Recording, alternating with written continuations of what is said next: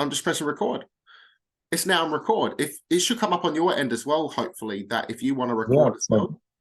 Yeah, it said it's being recorded, so Yeah. my privacy is not violated. Yeah, wonderful. Wonderful. Well, everyone, this is Father Jason Jones, priest of the Gnostic Catholic Union, and we're here together discussing what the Spirit leads us to. So, Jason, what would you like to begin with? Well, first I have to say that any remarks or crazy ideas that I might have are my own. They don't necessarily reflect those of the Gnostic Catholic Union. That's my disclaimer. That way I got Bishop Bill off the hook for any wildness that may go on here. Well, everyone's interpretation of Gnosis is different, as you know.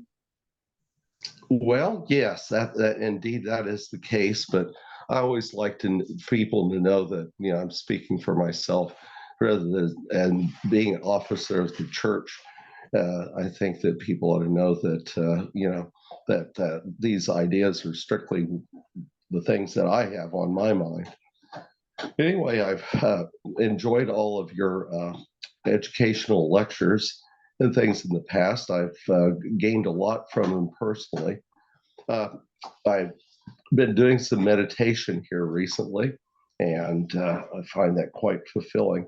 Unfortunately, our friends at other Christian denominations really don't value meditation. I've tried to, go in and offer classes at other organizations and churches, and they're just not that favorable toward it. I can't understand why, because that's really one of the basic things that Gnosticism depends upon, is contacting the spirit within. And that's something I just can't fathom and stuff, why they won't be open to that. Of course, I live in a very conservative southern town in the United States, so that may have something to do with it. I once had a minister come into one of my classes, and he was very upset and everything. He said that, if you meditate, you're opening yourself up to demons. And I was kind of shocked by that statement. I said, well, I guess you never sleep. And so he wasn't real thrilled with that. What can I say? I just, I'm doing something I think, though, is very fulfilling. And I've certainly had 30 years of experience doing it. I've been fortunate to have been trained with some Benedictines in contemplative prayer. I spent 3 years with a Buddhist monk and learning meditation, going very deep in various different meditation techniques with a Tibetan monk. So, I respect all those traditions, although I'm not a Buddhist. I certainly got a lot of information about that. But it seems like our friends, the regular Orthodox Roman Catholics, really have unfortunately controlled meditation more than I think they should. I mean, they have the exercises of Saint Ignatius. We certainly have Saint John of the Cross and Sister Teresa of Avila.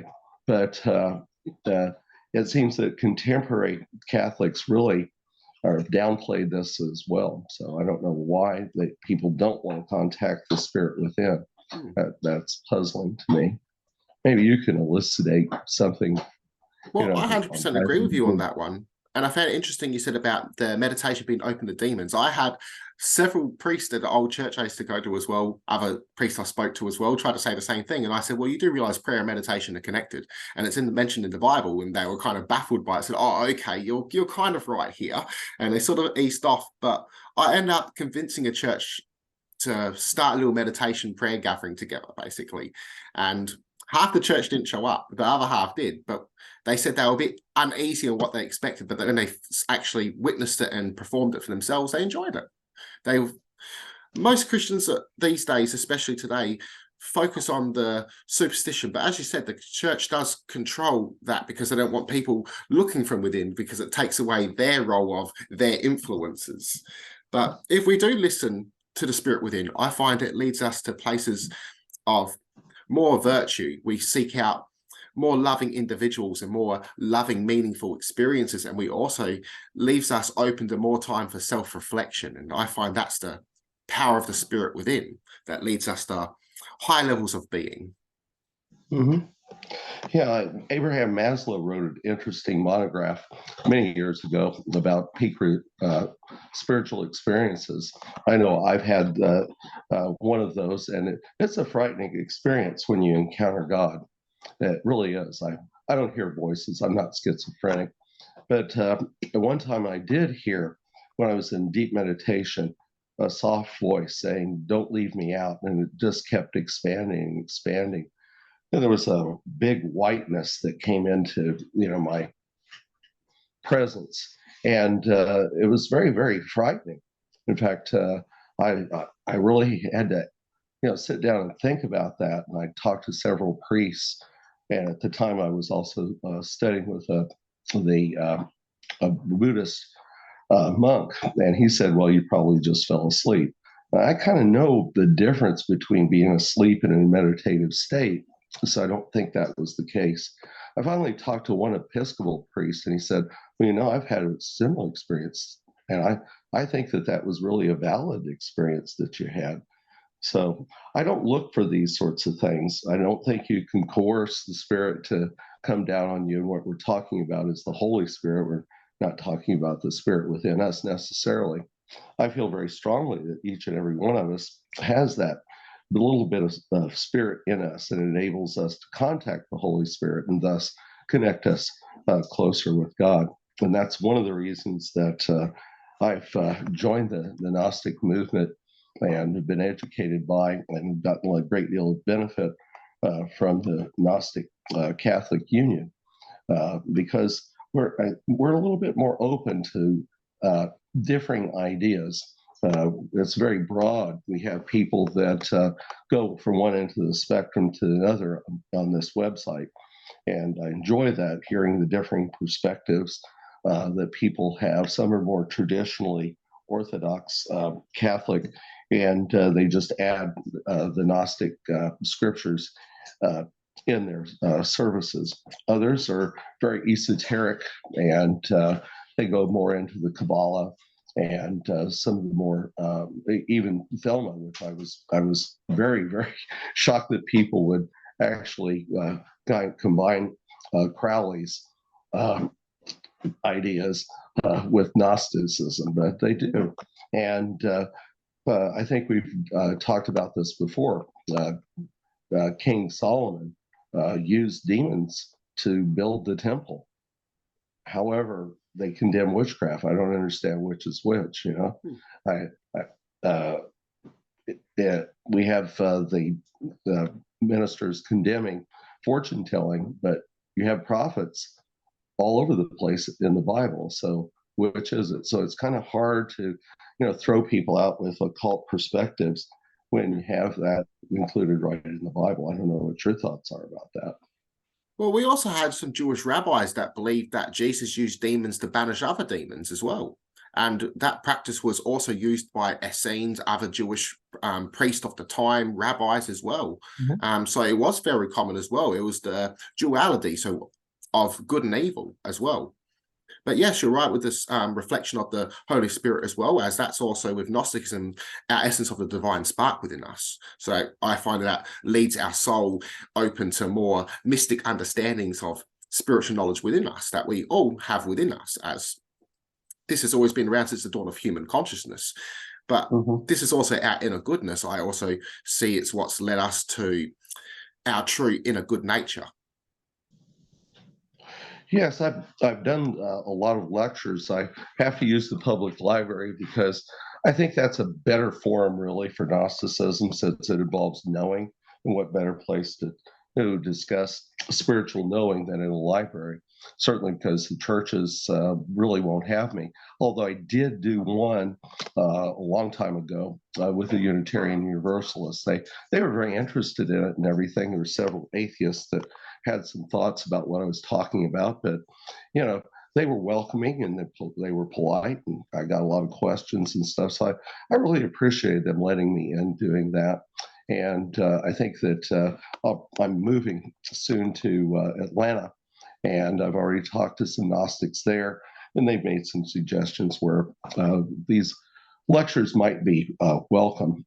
There's about 7 Gnostics in Atlanta, and we're probably going to get together at some point in time and talk about things, maybe talk about starting a church and that sort of thing. But I find most Gnostics are really monks. They practice on their own. There's some home churches that maybe will have as many as 10 or 12 people, but mostly it's people studying on their own. And so I think that what we're doing here is the start of something very good. Having Gnostics talking to other Gnostics um, over Zoom and various different other media platforms. And certainly the Gnostic Catholic Union is one of those platforms where you can discuss things and see what other Gnostics are thinking about. Uh, some people like to do sermons and things like that. I kind of dissuade people from doing that because there's you can turn on the television and on Sunday morning you get all the sermons that you want, but you can't get anything about Gnosticism, nothing. And well, maybe occasionally somebody will condemn it, but uh, that's about all that's available. So there are, fortunately, though, several other sites besides ours, and I think they're very viable. There's the Gnostic radio. I can't remember the exact name of it and everything right off the top of my head. They're pretty good as well. Now they do a lot of presentations, and I think that we're seeing an idea that this is not new age. It's an old idea that's resurfacing, and people are really starting to notice it because the Orthodox churches are kind of failing. We're seeing their membership declining, and I think more people are going online for answers than going to churches. And there's been so much acting out by ministers, financially, sexually, and other bad sorts of behaviors that are reflecting poorly. And I think that this is a better media in a way to talk about spirituality. Well, we are in the age of information now, and a lot of things is on the internet now. We have the information that kings would have had but on the click of a button now, which is amazing. Yeah. But like recently, the Catholic Church actually got in trouble for lying about the percentage of members, and there was another group that got in trouble for it too. They actually had to repay extra on tax because of it. So because how many members they get, the more money they receive. Jehovah's Witnesses was another one. They were putting down people who weren't even a part of their church as members, and they got in trouble for it. So because of we had the pandemic, people were searching more online as well, so they had access to it, and because of the online research they were able to find out stuff that wasn't true, stuff they didn't know about, and from there people have really embraced either Gnosticism, the esoteric works, and also religion in general, but the religious history, which is wonderful because at the moment only just under 1% of Christianity, also Christians in Christianity, have actually studied their religion, and about, I think it's 13% have actually read the entire Bible, where with us Gnostics, we search everything, which is a beautiful thing. The mind's always open to new information. Well, that's why, I don't get mad at other denominations at all. In fact, I've over the course of my 70 years, I've attended quite a few various different denominational churches and meetings. I've sat with the Quakers for about 7 years. And certainly I call them all my friends. I consider them my friends. Some of them I feel are erroneous in their thought and they're mistaken. They don't have, I was amazed. I have several friends that are retired ministers from various denominations. I was in a Bible study with these gentlemen and just enjoyed it tremendously. It was hosted by the Methodist Church. And we had a lot of sometimes disagreements, but we weren't disagreeable with each other. We respected each other, even though we didn't necessarily feel that the other one was correct in their thought process. But it was a wonderful experience. I wish that all the denominations could do that sort of thing. I'm a member of the World Community for Christian Meditation, which is it was started by a Catholic priest. However, they're very ecumenical. In fact, the coordinator of that organization for the United States is a retired Presbyterian minister. So I was shocked though when my friends went to seminary. They have masters of divinity. One guy has a doctorate of divinity. They didn't have any coursework in comparative religion. I was shocked. I certainly have, and I've enjoyed that, the comparisons. But they don't. They don't know anything about Gnosticism except that it's bad. They know that. They know that it's bad. They were shocked when I was quoting the Gospel of Thomas and telling them about some of the stuff that we just hold as a matter of practice. They said, "That's fantastic." They loved it. They loved it. I said, "Well, I don't know why they didn't include it." That they were shocked too. They said, "I don't know why they didn't do it either."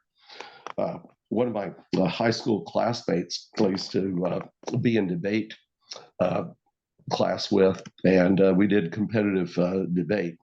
The guy was a genius. You do not want to debate this man. You would lose. Everybody thought he'd be a lawyer. Nope. So when he got out of high school, he decided to become a monk and went into a monastery, got his bachelor's degree, and they paid for his master's degree. He's a very bright guy. So he went on and got 2 doctorates within the Catholic Church. Then he discovered sex. But it was a good thing for him. He married this nice woman, and he left the Catholic Church and became an Episcopalian. Eventually, he was the dean of one of their seminaries. Fantastic guy, That's but deeply spiritual man. We've talked about meditation here, but he was heavily into meditation. And it was wonderful to talk with him. When he had a certain presence about him that you just that I deeply respected. It's so spiritual and so peaceful and everything, and joyous. I mean, he was a delight to be around. So all this conflict between the denominations and the criticisms and the craziness goes on, even within Gnosticism. I was just talking with Bishop Bill this morning about, why are we having these conflicts? Why aren't we nice to each other? Jesus told us to love one another. Why aren't we doing that? Really, why aren't we? 100%, 100%. I noticed that as well. I've even pointed out to some other Gnostics that we should just get along.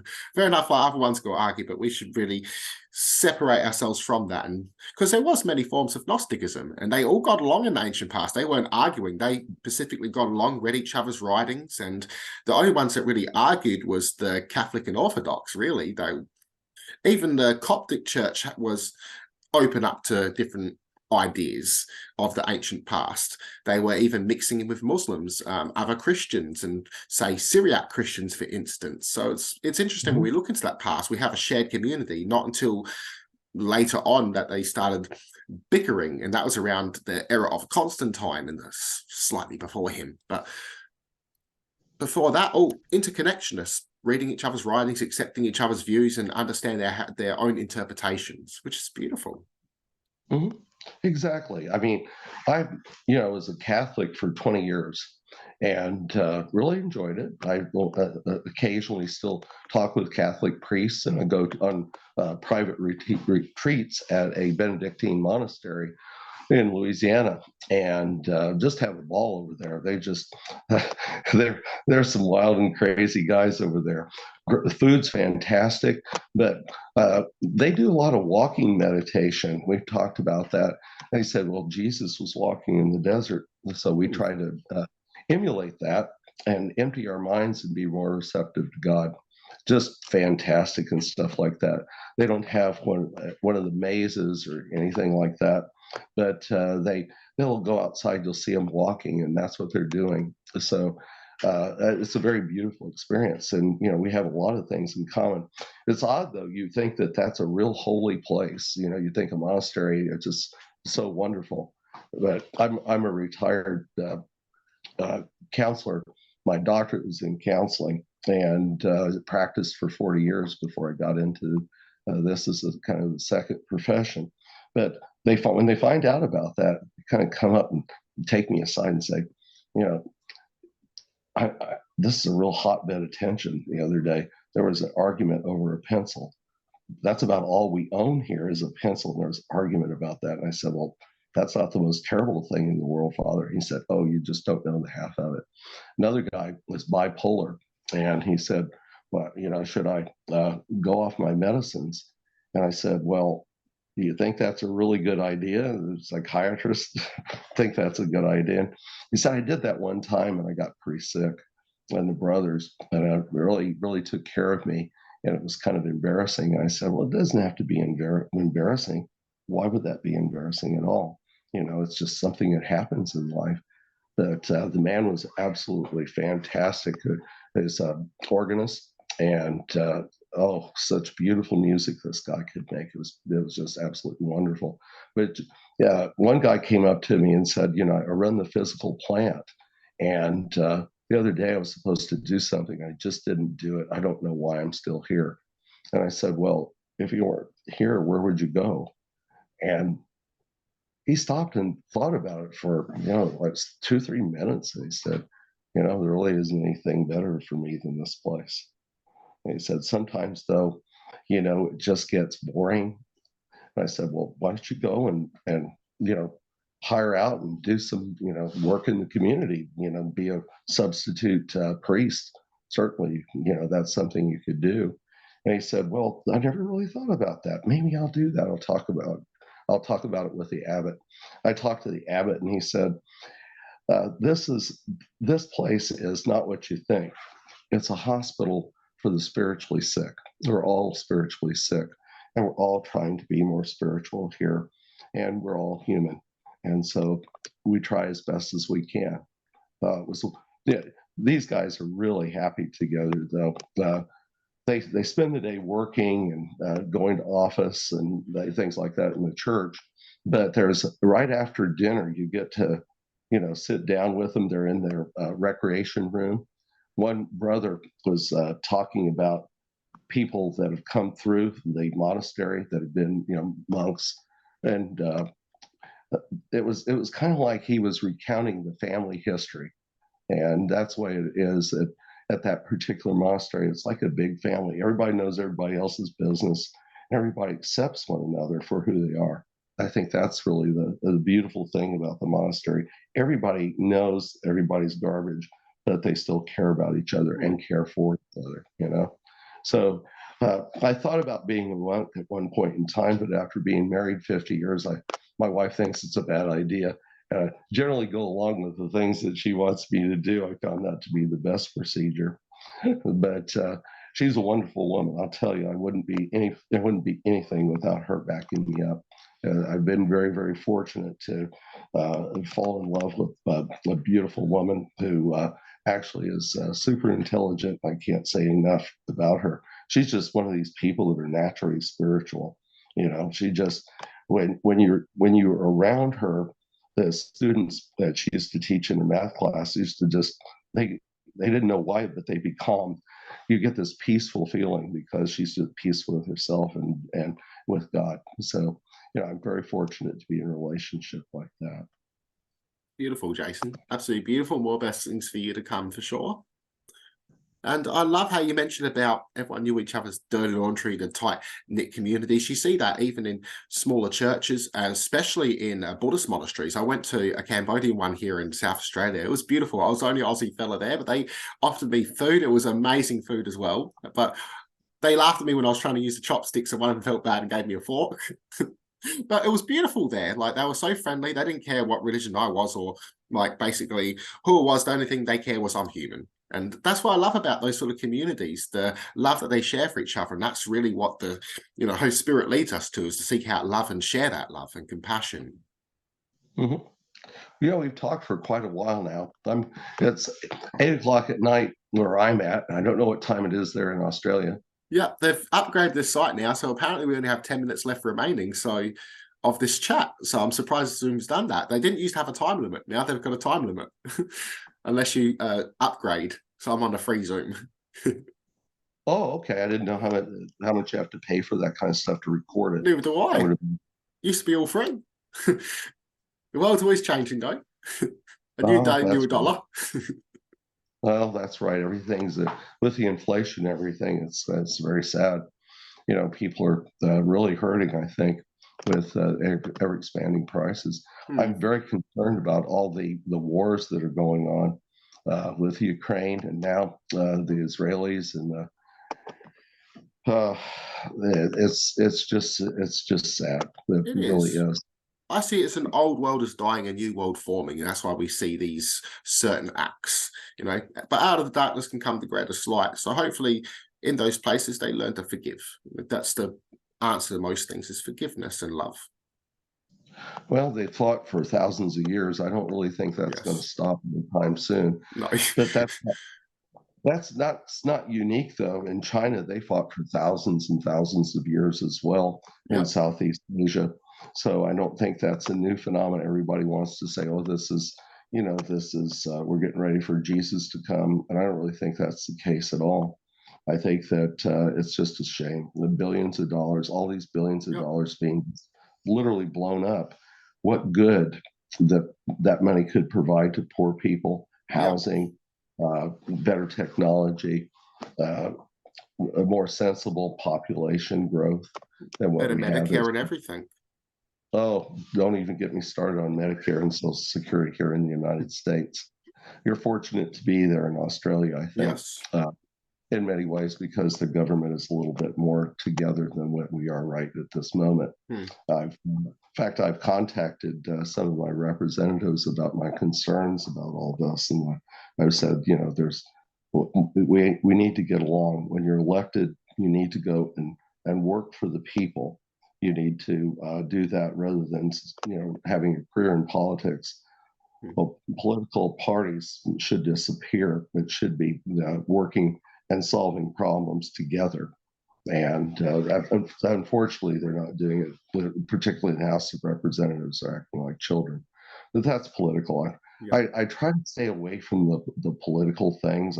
There's another Gnostic who I care about quite a bit when we were talking about politics, and they had a different view than I did. And well, basically finally said, look, let's just agree to disagree and not be disagreeable. I'm going to credit a Baptist minister that taught me that. I'll tell you, that was a good teaching. He said, we disagree on a lot of things spiritually, but you're a really nice guy, and I'd like to be your friend. I see the guy all the time at the gym, and he runs the biggest Baptist church here in my town. In fact, he was one of the ones that said, "I don't think you should do your meditation class here in town. You're going to get a lot of complaints, and what's going to happen is they're going to call me up, and they're going to also call the library up and try to get you in trouble." And I said, "Well, that was good warning. Hey, I appreciate that. I always ask permission, if I go into a community with the ministers that are already there. I don't just lay my act out there in some storefront. I try to be a very good wandering priest, and that seems to work pretty well for me. I've met some very interesting ministers, and we've had some really good talks. And I think I've actually educated them. I was shocked that, a couple of Baptist ministers had no idea what Gnosticism was. I said, gee, they didn't cover that in seminary. And he said, no, I've attended a regular seminary, and that wasn't a Gnostic seminary. It was absolutely dreadful.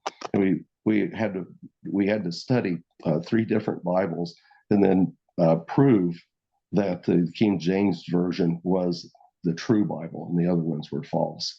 And I just talked to the professor. I said, I don't know why we're doing this. Why is this the case? He said, well, don't you understand what the true Bible is? It's a good thing you're here. We'll make sure that you do. It was punitive. It was not a spiritual experience at all. I had a friend that went through a very famous seminary here in the United States and graduated with his master's of divinity. He went in and he was just a zealot for Christianity. He came out and became an atheist. Uh, he didn't ever work in the field. What he did is he went on and got himself a doctorate in education and as a consultant, and was actually at one point in time trying to become an atheist chaplain in the military, to be at the forefront of that. And he's a leader in, I guess, the atheist community. And I said, that's not what a seminary should do. That's simply not what a seminary should do. It shouldn't alienate you from God and the Holy Spirit. It should connect you. And all it is just one big literary writing course. And I was absolutely shocked. But literary criticism and public speaking. And it was not a good experience for me at all. In fact, I dropped out. I had to drop out. I couldn't take much more of that. I just didn't believe it. And I said, it's almost a hostile environment, or they're constantly prodding you and that kind of thing. I just didn't get a good experience from it. Several other my friends that have been through seminary and actually graduated, they say it's the same thing. You just learn to play the game. And spirituality is not a game, it's a lifestyle. Yep. 100%. That's why I'm so grateful to be involved with the Gnostic seminary that we have at the Union, because it gives you a lot of freedom of thought, and probably not as much feedback as you should have from a professor, but you'll learn so much, the depth that you can go into with this. I've been very pleased with it, because it's led me to some new horizons, that's for sure, particularly when we're talking about performing Mass, and the real meaning behind that.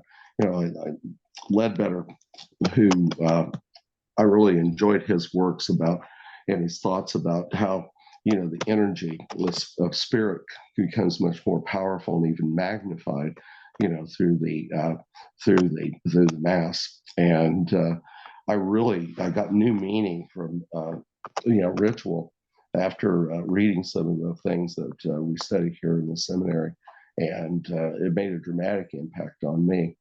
And I'm just glad that we have the bishop that we do with Bishop Bill Thomas, because I don't know if you're aware, one of his doctorates is in comparative religion.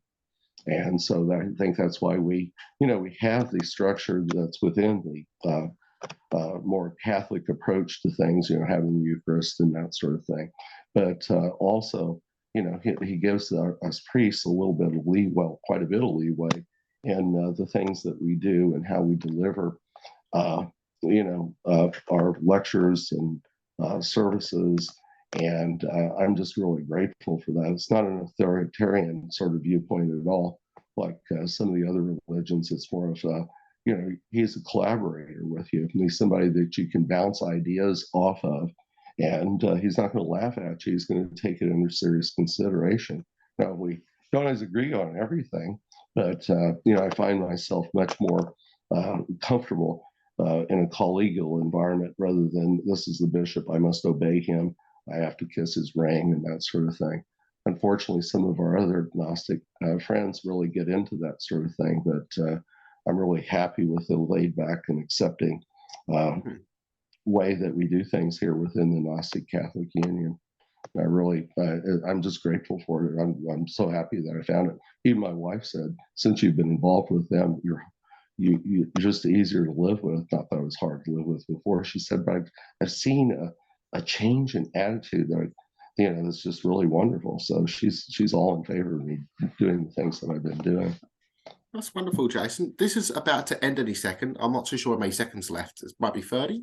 So I'll press the end. I wish you well. Thank you so much for this chat, Jason, and many, many blessings. Much love. Thank you so much. Be in the light, my friend. Bye-bye.